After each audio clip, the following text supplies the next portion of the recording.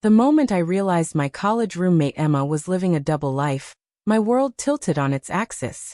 But what came next would change everything I thought I knew about love, deception, and the power of playing the long game. I should have seen the warning signs from day one. Emma walked into our shared dorm room with her perfectly curated aesthetic, and that practiced smile that never quite reached her eyes. She had this way of making everything look effortless while secretly calculating every move. To everyone else, she was the quirky, cool girl who just happened to be naturally amazing at everything. But I lived with her. I saw what happened when the mask came off.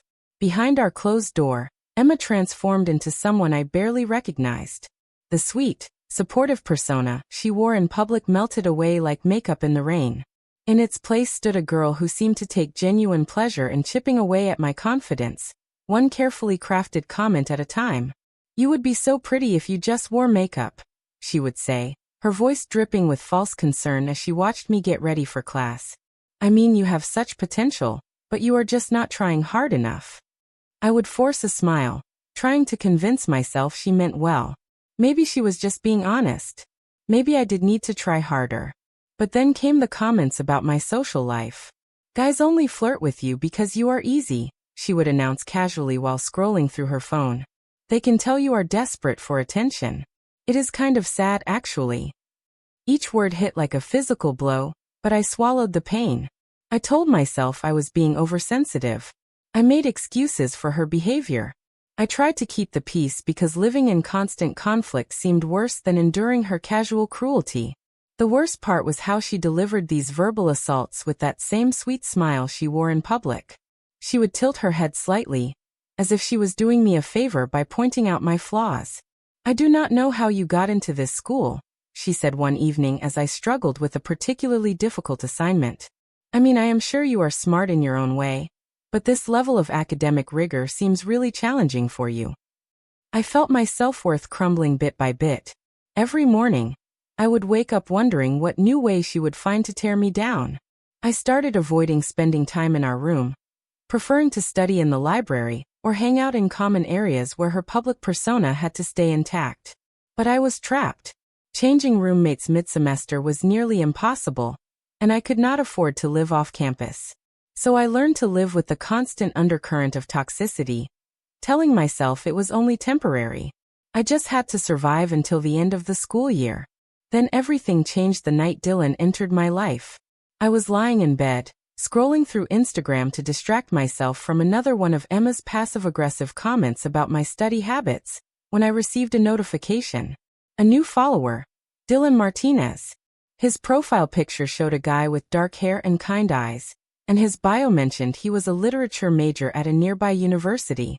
Within minutes, he had liked several of my photos and sent me a direct message that made my heart skip a beat. "I hope this does not sound weird, but I came across your profile and I was completely captivated by your thoughts on that book you posted about. Your insight about the protagonist's journey was absolutely brilliant. I would love to discuss literature with someone who actually gets it." I stared at the message, reading it over and over again. When was the last time someone had called me brilliant? When had anyone shown genuine interest in my thoughts and opinions? I felt something inside me that had been dormant for months suddenly spark to life. I wrote back, and what followed was the most incredible conversation I had experienced in years. Dylan was not just smart. He was insightful, funny, and incredibly supportive. He asked thoughtful questions about my classes, my dreams, my fears. He remembered details from our previous conversations and built on them in ways that made me feel truly seen. We talked for hours that first night. About books, about life, about the way the world looked different in the quiet hours before dawn. He sent me voice notes with his thoughts on poems I had mentioned, and his voice was warm and genuine in a way that made my chest feel tight with emotions I had forgotten I could feel. "You have such a beautiful way of seeing the world," he told me in one of those voice notes. "The way you describe things makes me want to experience them through your eyes. You are absolutely extraordinary, and I hope you know that." I found myself crying as I listened to his words, not from sadness but from the overwhelming relief of being appreciated for who I actually was. For the first time in months, I felt like I mattered. Emma barely looked up from her laptop when I laughed at something Dylan had sent. "You seem happy," she said with that familiar edge to her voice. "New guy?" "Just someone I met online," I replied, trying to keep the joy out of my voice. I had learned not to share good things with Emma because she had a talent for finding ways to diminish them. But Dylan became my escape.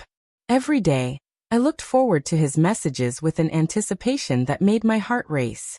He would send me playlists with songs that reminded him of our conversations. He would share photos of sunsets with captions like, "This reminded me of how you described feeling hopeful." He made me feel like I was the most fascinating person in the world. We progressed from Instagram messages to texting, then to long phone calls that stretched late into the night. I would slip out of my room and find quiet corners of the dorm where I could talk to him without Emma overhearing. His laugh was infectious, and his stories about his life painted the picture of someone who was thoughtful, ambitious, and genuinely kind.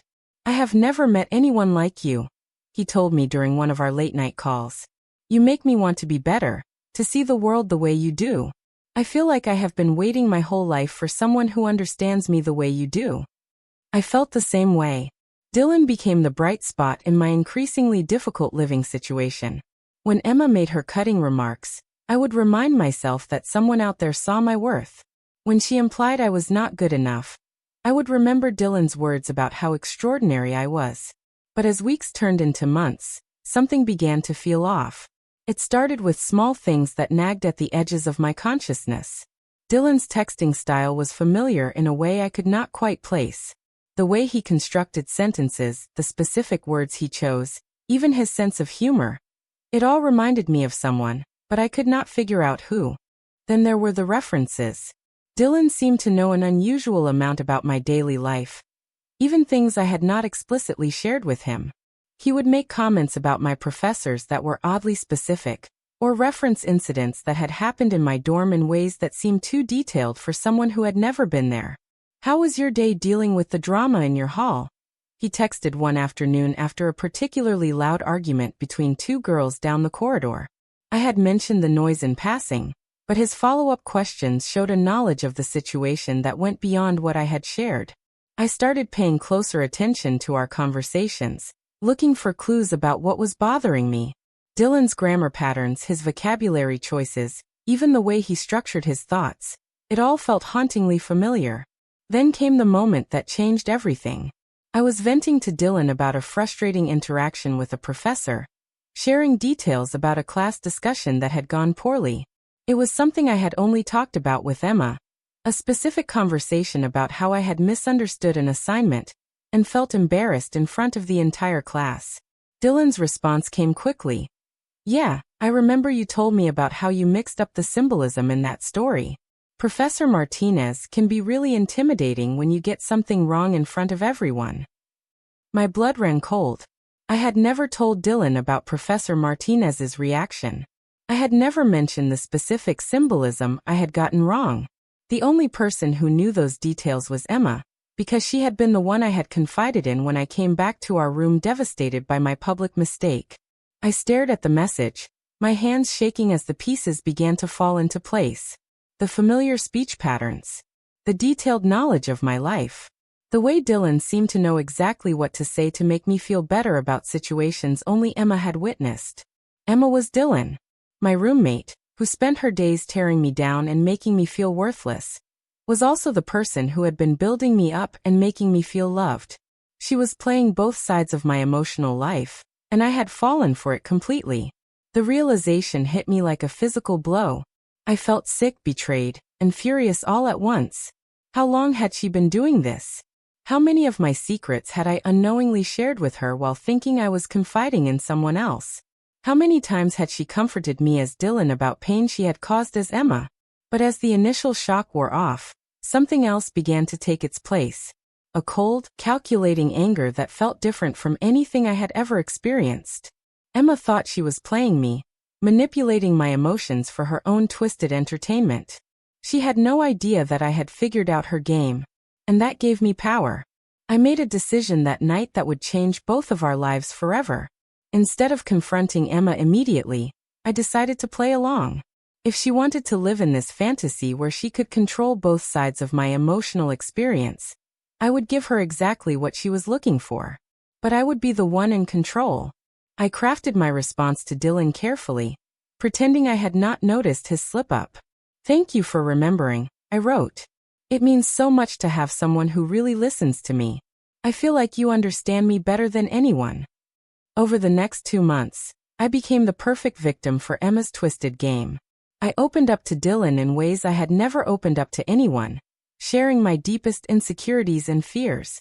I told him about my childhood, my family problems, my dreams for the future. I made myself vulnerable in ways that I knew would feed into Emma's sense of power and control. But I also began to study her. I watched how she reacted when I shared something particularly personal with Dylan. I noticed how her mood would change after our conversations, how she would seem more confident and satisfied. I saw the way she would glance at me when I laughed at Dylan's messages, as if she was proud of her ability to manipulate my emotions. The most fascinating part was watching Emma fall in love with the version of me she was getting to know as Dylan. The girl she lived with was someone she could tear down and belittle, but the girl who was opening her heart to Dylan was someone entirely different. She was confident, thoughtful, and unafraid to be vulnerable. She was the version of me that Emma's cruelty had buried, but that Dylan's kindness had allowed to flourish. As Dylan, Emma began to pour out her own heart to me. She told me about her fears, her insecurities, her dreams of finding someone who would love her for who she really was. She confessed that she had never felt a connection like this before, that talking to me had changed her understanding of what love could be. "I never believed in soulmates until I met you," she wrote to me one night. "You make me want to be the best version of myself. You see good in me that I did not even know existed." I read her words with a mixture of fascination and revulsion.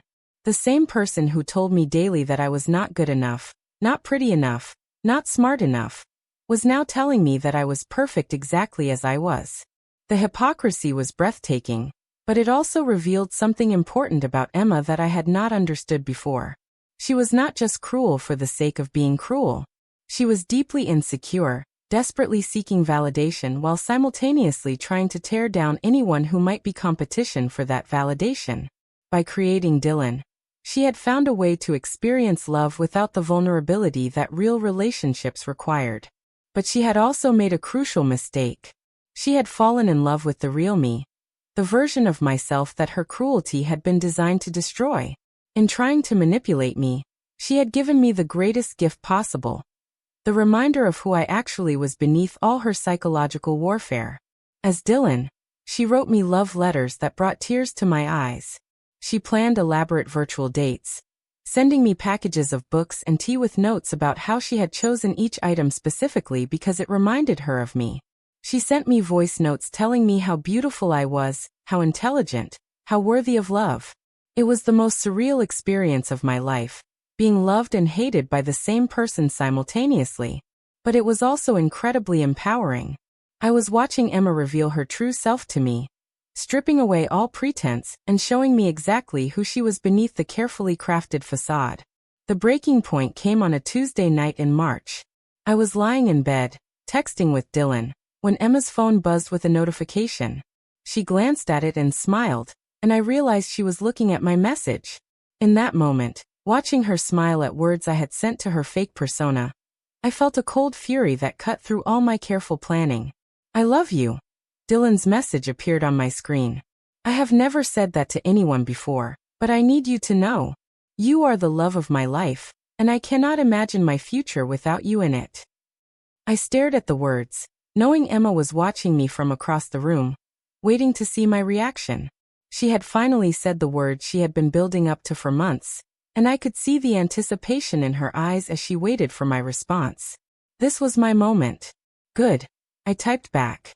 "I love you too, and I think it is time we met in person." I watched Emma's face go pale as she read my message. She began typing frantically, and I could see the panic in her eyes as she realized the game was about to end. "I would love that," Dylan's response came, but it was followed quickly by another message. "But I am traveling for work right now. Maybe in a few weeks." "No," I replied immediately. "I cannot wait anymore. I need to see you. Tomorrow." Emma's hands were shaking as she typed. "I wish I could, but it is complicated right now. Can we video chat instead? Dylan, I wrote. I have been patient for months. If you really love me the way you say you do, you will find a way to make this work. I need to look into your eyes and hear you say those words in person. I could see Emma's breathing getting faster as she realized she was trapped. There was no way out of this that would not require her to either confess the truth or disappear entirely. And disappearing would mean giving up the relationship that had become the most important thing in her life. Dylan went silent for 2 days. Emma barely spoke to me during that time. And when she did, her usual cruelty was replaced by a distracted anxiety that she could not hide. She was losing the love of her life, and she had no idea how to save the relationship without destroying herself in the process. Finally, on Thursday evening, Emma sat on the edge of her bed and looked at me with tears in her eyes. I have to tell you something, she said, her voice barely above a whisper. I put down my book and looked at her with what I hoped appeared to be genuine concern. What is it? She started, then stopped. I could see her struggling with words, trying to find a way to explain what she had done. I have been lying to you. About something important. I tilted my head, as if I was confused. What do you mean? Dylan, she said, and her voice cracked. He is not real. I mean, he is real, but he is not who you think he is. I let my face show shock and hurt. What are you talking about? It is me, she whispered. I am Dylan. I created that profile, and I have been talking to you for months. I know it is terrible, and I know you probably hate me, but She broke down crying, and I watched her shoulders shake with the weight of her confession. For a moment, I almost felt sorry for her. Almost. You were Dylan? I asked, making my voice sound small and confused. She nodded, unable to look at me. I did not mean for it to go this far. I wanted to see what you would say to someone who was not me. I wanted to understand you better. But then we started talking and it felt so real and You fell in love with me. I finished quietly. She looked up at me with red, swollen eyes. Yes. God, yes. I fell in love with you, but not just as Dylan. Talking to you that way, seeing who you really are when you are not holding back. It made me realize what I had been missing. What I had been destroying. I stood up and walked over to her bed, sitting down beside her. Emma, I said softly, I know. She looked at me with confusion. What? I know you were Dylan. I have known for 2 months. Her face went white. What? I figured it out when you made that comment about Professor Martinez. You knew details I had never shared with Dylan. After that, it was easy to see all the other signs. But you kept talking to me. You told me you loved me. I looked her directly in the eyes. I did love Dylan. Because Dylan was everything you could have been if you had not chosen to be cruel instead. Dylan was the version of you that could see my worth instead of trying to destroy it. Emma started crying harder. I am so sorry. I know what I did was terrible. I know I hurt you every single day, and then tried to make up for it by being someone else. I do not know why I did it. I do not know what is wrong with me. You were scared, I said simply. You were scared that if you let yourself be vulnerable, if you let yourself care about someone, they would reject you. So you rejected me first, every single day. But you also could not help yourself from wanting to be loved, so you created Dylan to experience that love without the risk. She nodded, wiping her nose with the back of her hand. I do not deserve your forgiveness. No, I agreed. You do not. But I want you to know something. You were amazing as Dylan. You were kind, thoughtful, supportive, and genuinely loving. You have the capacity to be that person in real life. You just chose not to be. Emma looked at me with something like hope in her eyes. What does this mean? Where do we go from here? I stood up and walked back to my bed. It means I am moving out. I already submitted the paperwork to change rooms next semester. It means I am going to remember Dylan as the person who helped me remember who I really am, underneath all the damage you did to my self-esteem. And us? She asked quietly. There is no us, Emma. There never was. There was you, tearing me down because you were too afraid to build yourself up. And there was Dylan, who loved me enough to show me my own worth. But Dylan was not real, and you are not someone I can trust. She was crying again, but I felt no satisfaction in her pain. I just felt tired. I want you to know, I continued, that I think I deserve someone real. Someone who can love me without needing to hide behind a fake identity. Someone who builds me up instead of tearing me down. Dylan taught me that I am worthy of that kind of love, even if Dylan himself was not real. Emma nodded, her shoulders shaking. I understand. I am so sorry for what I did to you, both as myself and as Dylan. I know you are, I said. And maybe someday you will figure out how to be the person you were when you were him. Maybe you will find someone who can love the real you, not just the version you think they want to see. That night, as I lay in bed listening to Emma cry quietly on the other side of the room, I felt something I had not experienced in months. Peace. For the first time since starting college, I knew exactly who I was and what I was worth.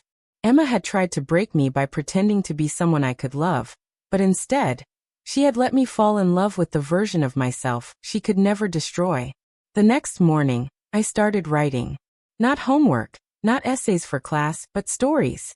Stories about love and deception, about finding yourself in the most unexpected places, about the power of knowing your own worth even when others try to convince you otherwise. I wrote about a girl who discovered that her worst enemy was also her greatest love, and how that revelation taught her more about herself than years of therapy ever could. I wrote about the complexity of human nature, about how the same person can be both cruel and kind, both destructive and nurturing. The stories poured out of me, each one a piece of the puzzle I had been trying to solve for months. They were not just stories about Emma and Dylan and me.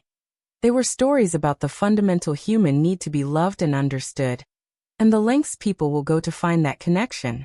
By the end of the semester, I had written my first complete novel. It was a romance, but not the kind you typically see on bookstore shelves. It was about complicated love, about the love that teaches you who you are even when it cannot give you what you need. It was about learning to love yourself enough to walk away from people who cannot love you the way you deserve.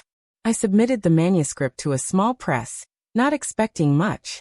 But 6 months later, I received a call that changed my life. They wanted to publish my book. The authenticity of emotion in your writing is remarkable, the editor told me. You write about love and betrayal in a way that feels both devastating and hopeful.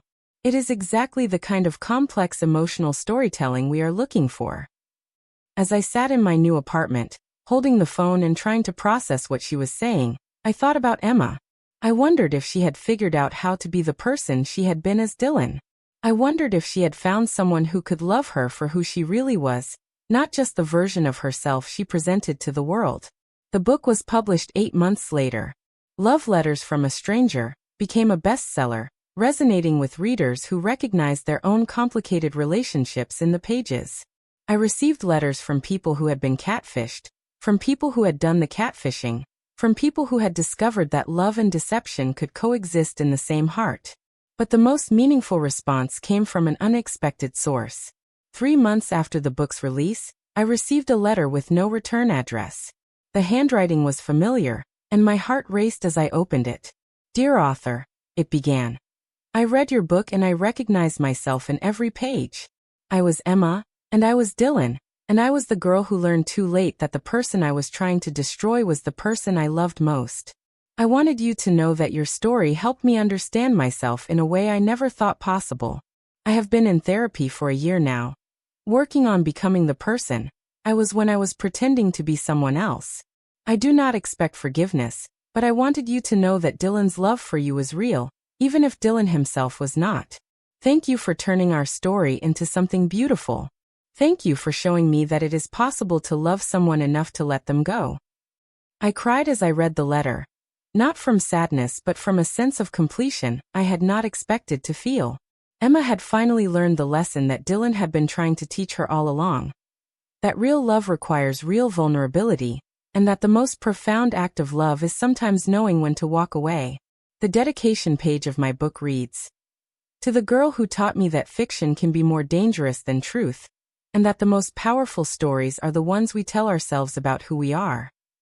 Now 2 years later, I am working on my third novel. I live in a small apartment filled with books and plants, And I have learned to love the quiet moments when I can hear my own thoughts without someone else's voice trying to drown them out. I have friends who build me up instead of tearing me down. And I have learned to recognize the difference between love and manipulation. Sometimes I still think about Dylan. Not the fake persona Emma created, but the love that existed in those conversations. It was real, even if it was built on a foundation of lies. It taught me what I deserved, and it gave me the strength to walk away from anything less. Emma was right about one thing. Fiction can be more dangerous than truth. But only when we forget that we have the power to write our own ending. In the end, she tried to break me by pretending to be someone I could love. Instead, she taught me to love myself enough to demand better. And that, perhaps, was the greatest gift she could have given me. The story could have ended with bitterness and revenge. Instead, it ended with understanding and growth. Because sometimes the most powerful thing you can do is not to destroy the person who tried to destroy you, but to use their destruction as the foundation for building something beautiful. Dylan may not have been real, but the love he showed me was real enough to change my life. And Emma, despite everything she did, was real enough to teach me that I deserved better than the scraps of affection she was willing to give. Now I write love stories for a living, and every single one of them contains a truth I learned in that dorm room. That the most important love story you will ever write is the one where you learn to love yourself enough to walk away from people who cannot love you the way you deserve. That is the story Emma and Dylan taught me. And that is the story I will spend the rest of my life telling. If this story resonated with you, please subscribe to our channel for more incredible true stories of love, betrayal, and personal transformation. Your support helps us continue sharing these powerful narratives that remind us we are not alone in our struggles and triumphs. Hit that subscribe button and join our community of storytellers and story lovers.